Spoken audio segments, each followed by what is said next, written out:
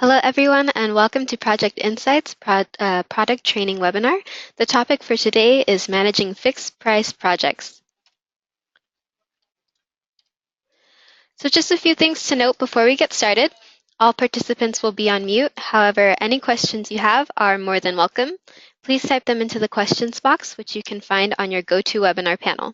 And also note that this webinar recording will be available within the Project Insight community.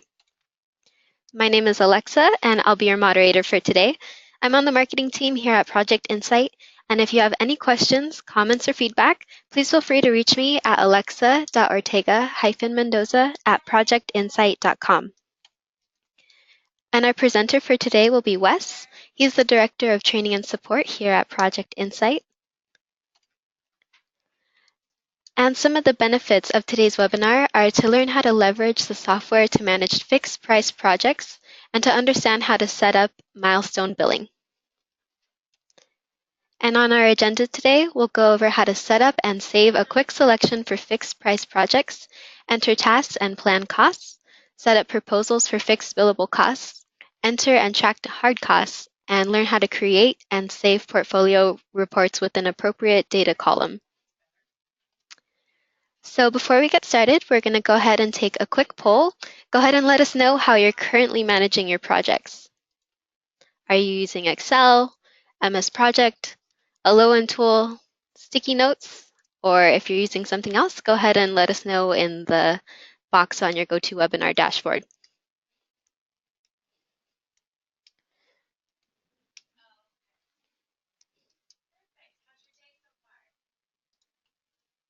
So great, looks like 27% of you are using Excel and 73% MS Project. So welcome to all the people attending. And with that, I'm going to go ahead and turn this over to Wes. Okay, thank you, Alexa. I am going to start right in on Project Insight. So we're going to go directly to the application here, and we'll start from there.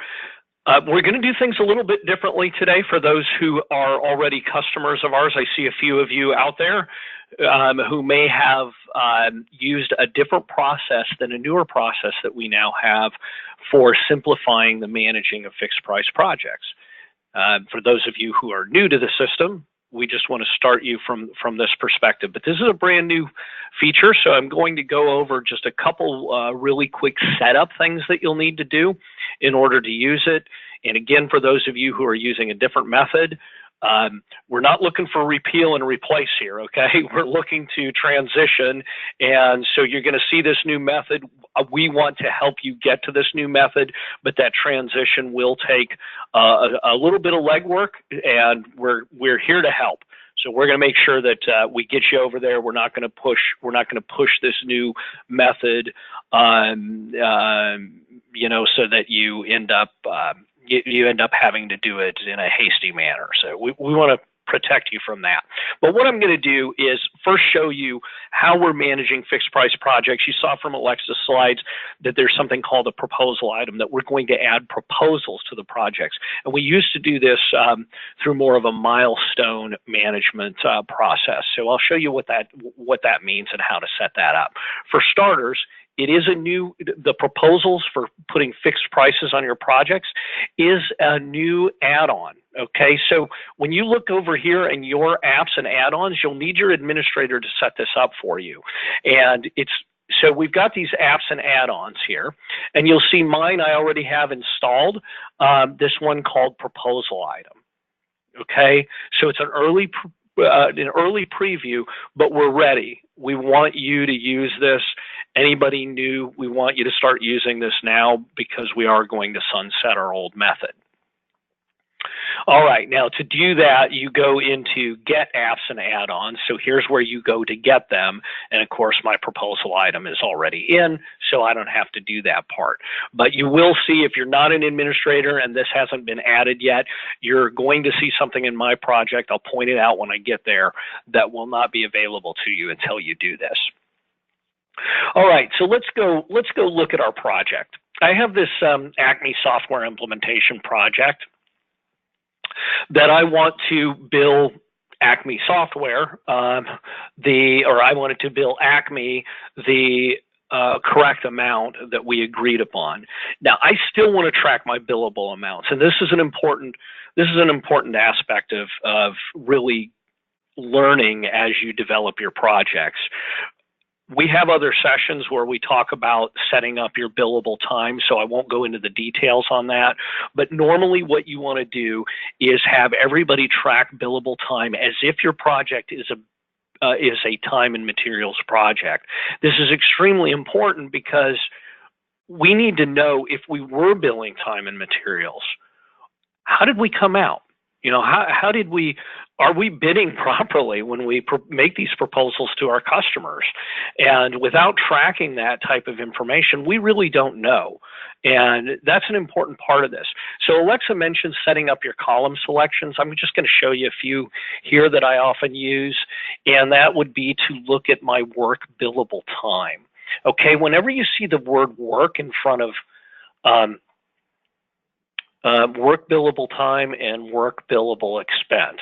Okay, whenever you see these work billables, this is calculating based on billable rates, and again, you can just put estimated billable rates for your resources or for your different skill sets, such as engineering. Give them just basic billable rates for your project. And again, we go into that more in other sessions. But once you have that data in, it's real easy to roll it out. It's simply a database reference to get that information into your project view. So if I say billable expense and work billable time, I'll go with time. So there's my work billable time, my work billable expense, and then my work billable total. Okay, and this, I want that over to the right there.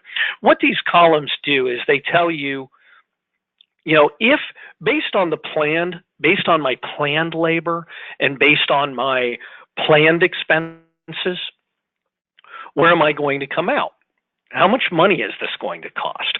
Okay, so I've got all these, I'm putting these resources and skill sets on all these different tasks, and it's calculating out my work billable time. So this is if my labor performs the 20 hours on this. If the labor, it really is 20 hours, it's going to cost $3,450. That's the billable amount that it would be to my customer.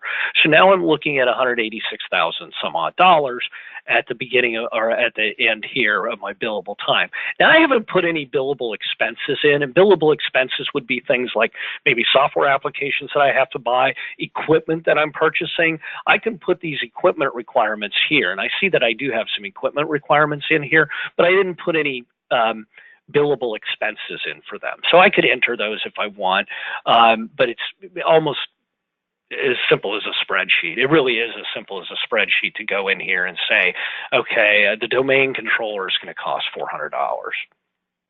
And that's simply on top of the labor. So I've got $1,600 of billable labor, $400 of billable expense, and of course that comes out to $2,000 in the work billable total. And now you'll see, I've got $400 more of a billable total at the bottom line because of this $400 of expenses. Okay, so that's what's often referred to as your bottom-up budget. This is what we would bill the customer if we were estimating based on if we proposed to them based on what we would normally bill for time and expense. Now, I want to build, I want to propose this. I propose this at $200,000. So now, when am I going to bill the customer? And how do I keep track of that? I still want to keep track of this. I don't want to lose count of this because these numbers are going to change as my plan changes, and I want to be able to track those. And the system will do that for me automatically. I don't have to worry about going in and really doing a lot of admin. I just have to manage my project and manage my work hours, and these numbers take care of themselves, but they're not going to affect what I bill the customer. And that's because here in the views option, I have this invoice records and proposals. Okay, and this you will not see unless you put that add-in or the add-on into your system as an administrator that I showed earlier. Okay, so if you go to the views drop-down and you don't see this, you'll have to put the add-on in. Doesn't hurt anything. Please go ahead and do it. Then you'll be able to go to this section, the invoice records and proposals. Now, the invoice records, we've always had those. So this is just a different way to or a different entry point to start putting those invoices in. So again, for those of you who are already customers, this is just a different entry point. So it's the same invoicing process that you're already accustomed to. We're just going to have more options once we go in there because of this proposal item. So I'm ready to say, I want to build a customer, or I've already agreed to build a customer $200,000. So I need to add a proposal. Now, in order to add this proposal, I can put a lot of detail in the proposal if I want. Generally, I don't, but you could, and if you needed to, you certainly could. Now, what it's doing is it's taking the name of the project. It's just and it's adding a proposal with the name of the project in it. Okay, and it's also saying the parent item is the project, so it's putting the proposal under the project. The company, all this stuff fills in automatically because it was part of the project already. I've got a standard rate card, project affiliation here. All this stuff, you don't really have to worry about it, but I'm going to do the proposal date. It automatically says the proposal date's today. I'm going to send this over to them on Friday. I'll get it to them tomorrow. And the estimated start date. Oh, that's because this is an old project, so it actually took the start date of the project. That's okay. I'll you know what? I'll put this in for tomorrow too. It'll be a little out of whack with my schedule, but it's flexible enough that you can put whatever dates in here you want. It doesn't. This is not affecting your schedule. It's simply reference points for when you're starting. When you're starting the work for this particular proposal and what the date of the proposal was. You can put some other information in here if you want. You can lock it down so it doesn't accidentally get edited. I'm not going to worry about that. I'm just going to save and display. Okay, so save and display takes me into the proposal, and again, it works very much like a project and many other items in Project Insight where you're adding the record or the proposal record first. Then you add the line items that you're going to charge your customer. So depending on the amount of detail that you've proposed to your customer, that's what you'll put in here. So I'm going to propose some time, and it'll pre-fill the rate. But again, you can put any rate in here you want. This does not affect the project. It just affects the billing of the project. So it's also set up to kind of pre-configure the invoice. So your invoice, naturally, you want your invoice to match the proposal. That's what the customer's expecting. You propose this, that should be what your invoice looks like.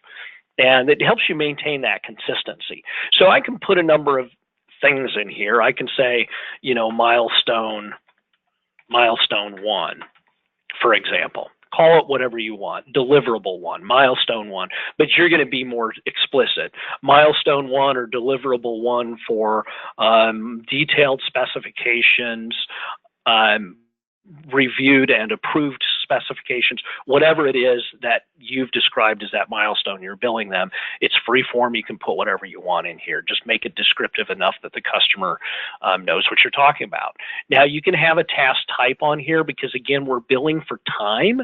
So you could go in here and even add detailed tasks that are going into the proposal. Now that's sometimes necessary for if you're doing maybe government contracts or large corporate contracts where they need a detailed line item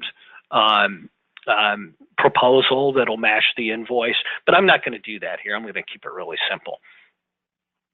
So I don't have to select a task type or a resource type. I can simply say that on milestone 1, I'm going to bill for 300 hours at a rate of, let's say, $175 an hour. So that's $52,500 of my full $200,000 that I'm going to bill them. Now again, I might just want to round this out. You know, I might want to say, let's just make this, you know, let's make this deliverable, and it'll adjust the rate. All you have to show them on the invoice is this, but really, I just want to bill them for $50,000. I'm going to bill maybe three $50,000 or let's say four $50,000 increments, and each one of those is going to be a proposal that I'm going to invoice. All right, so I don't really have to pick anything down here. We'll get into the invoicing process in another session, and I save it. And that's it. Now, when I go to invoice, I can pick out this $50,000 and I can add, I can just keep adding more proposals for each time I'm going to invoice the customer into the same project. Now, again, I'm within the environment of this Acme software implementation project. So all I have to do is go to views and look at invoice records and proposals. And you can see I've got a proposed total here, a billable total here, and I'm going to come back to that in a moment. And then the invoice total. Well, I haven't invoiced the customer yet. Again, that comes in another session. Billable total. What that is, $16,123. Doesn't seem right because we had a work billable total of 186,000, 187,000, somewhere in there. Well, this is the billable total as far as time that has been added. This is what my resources have done so far in terms of billable time. So it's just helping you keep track of what the cumulative total of time that's actually been spent and its billable rate. That's all that is. And if you want to see that number, which you probably do at some point, you can see we've got our proposal here. We can just keep adding more. But let's go back to the task list. So where did that 16,000 come from? Remember, this is your planned amount. So this is oftentimes you're doing this, well, all the time. You're doing this prior to starting work on the project. You're lining up all this data and all these billable amounts. But also inside these column selection options, I have the billable total. Now I can break that down into time and expense and all that kind of stuff too, but I don't want to put too many columns in here for now. So now I have the billable total, and that's here. So that billable total, that's at 16,123. Okay, and that's the combination of every time entry that's been added. In this case, I think it's mostly time and not expenses. So if I look here, there's $1,500 on application server and accessories. I'm just going to take a quick look at it by looking at the time records here. Oops. Sorry, I changed my profile so that I didn't have the time on it. Let me just change that up.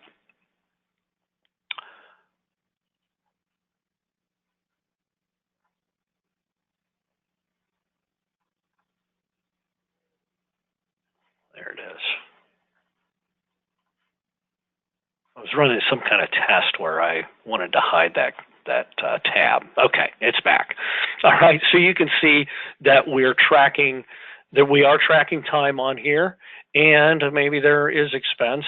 Nope, it's just time. So you can see that time is being tracked at $150 an hour as our billable rate. Okay, so that gives us, just to give you a quick look at how it's gathering all this data. Now, for those of you who are not familiar with Project Insight yet, I know a lot of you are using MS Project. There's a time entry interface where people just go in, and it's very simple for resources to enter their time on their tasks. They don't have to see all this more powerful interface that we use for the project managers.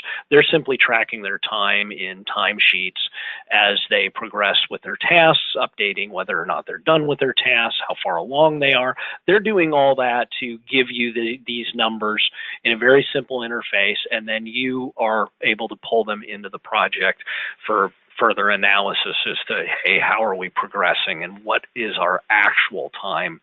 What's the value, the billable value of the actual time that's been spent? Okay, and you'll hear us emphasize this a lot.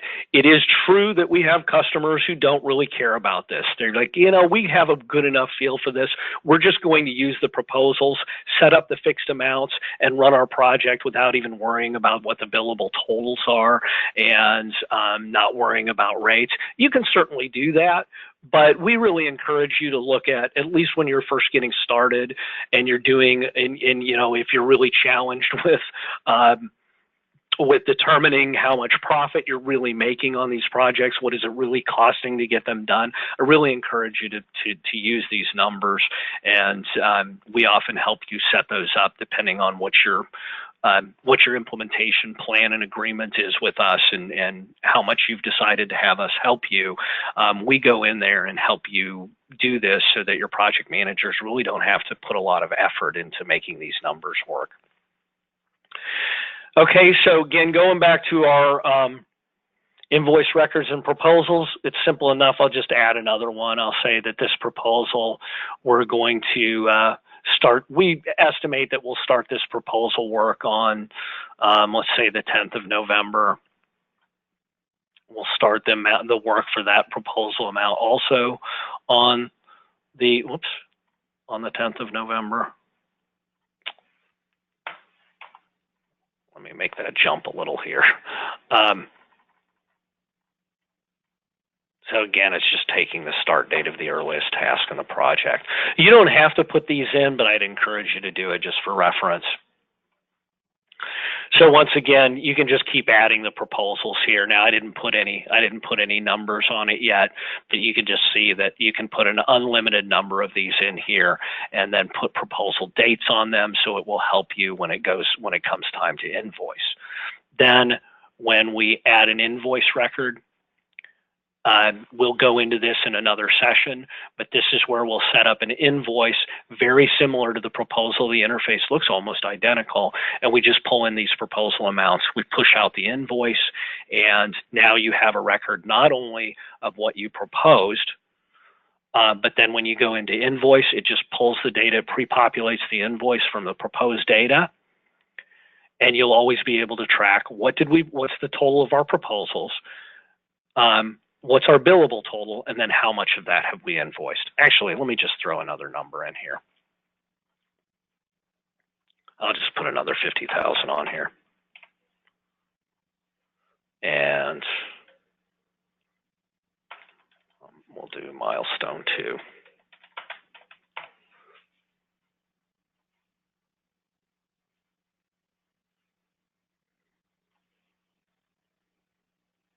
Okay, so it just keeps adding up, and we keep creating those invoices, and we can just track wherever we are. Now, this is really going to help you simplify this process. So if you've been tracking milestones and putting proposed amounts on your different milestones and then having to look at those milestones, go back when you create your invoice. We do quite a bit of that. We create the invoice on another tab, or we pull it over to another screen and we look at our milestones when we're doing our invoicing. But you don't have to do that anymore. This is going to make it much easier. Okay, so we'll follow through on this with our invoicing session when we're going to take these proposals. Again, this is very new. This is the first time I've actually done this in a webinar. I've done it individually for customers, but I haven't actually done this in a webinar yet. So this is our first webinar on this. We're going to follow through with this webinar when we do the invoicing and show you how we then take these proposed amounts and get them on the invoice. So all of this information is available, or most of it. I'm going to say most. I have to pause for a moment there. All this information is available. That's available here as far as your work billable totals and your invoice totals are also available on a report, on a project report. The proposed totals are actually only coming from a proposed report right now. We are going to be adding those into not the task list, because it doesn't make sense on the task list. It's not really, proposals aren't associated with tasks, they're associated with projects. So we still need to get those on the project reports. That's a piece of that still has to go in. But all these other data fields that you're seeing on the task list, they're also available when you do your portfolio reporting at the project level. Okay, so you'll be able to get all this from all of your projects in one nice, neat place in your portfolio reporting. And we will add the total proposed values in there as well. Invoicing values are already there, so they're already on the report. Actually, we have a few minutes. I'm going to go ahead and show that. Just looking to see if there are any questions I need to Answer, I'm not seeing anything. Okay, so I'll just go into the project report to show you. Right now in our columns on a project report, we have, these work billable time, expense, and those numbers, or those values are available here, also invoice total. Okay, so we don't have the proposed total yet. But when you're running your portfolio, you'll be able to look across the system and see all these numbers from the portfolio level. All right, so that should help get you started with our new proposal item. We're looking forward to having more customers use it and simplifying the processes for those customers who are already doing fixed price projects. And we're just getting started, so we're looking for your feedback as you use this, and to make sure that we make changes to it and additions and enhancements that really work the way that you work. So with that, I am going to hand our session back over to Alexa. Awesome. Thank you, Wes. So I have just a few more slides for all of you in attendance today. For those of you on social media, I'd like to invite you to follow, like, and subscribe to all of our social media channels. Our handle on Twitter is @ProjectInsight. And of course, you can also find us on LinkedIn, Facebook, Instagram, and YouTube for the latest in PI news. And to request your free demo of our enterprise platform, you can go ahead and go to projectinsight.net/trial. And we'd also like to invite you to sign up or refer a friend to use PI Team, our free social project management software. And you can go ahead and sign up at projectinsight.net/team. And of course, if you want more information about any of our products, feel free to contact our product experts, our PI pros, at the number and email listed below. In our Project Insight community, you'll find many recorded videos and webinars for you to watch and learn from. You can sign up for your next product training webinar or register for more by visiting our webinar calendar. And that's all we have for you today. We'd like to thank Wes for a great session, and of course, thank our audience for your time. We hope to have you on board for our next webinar. Thanks, everyone, and have a great day.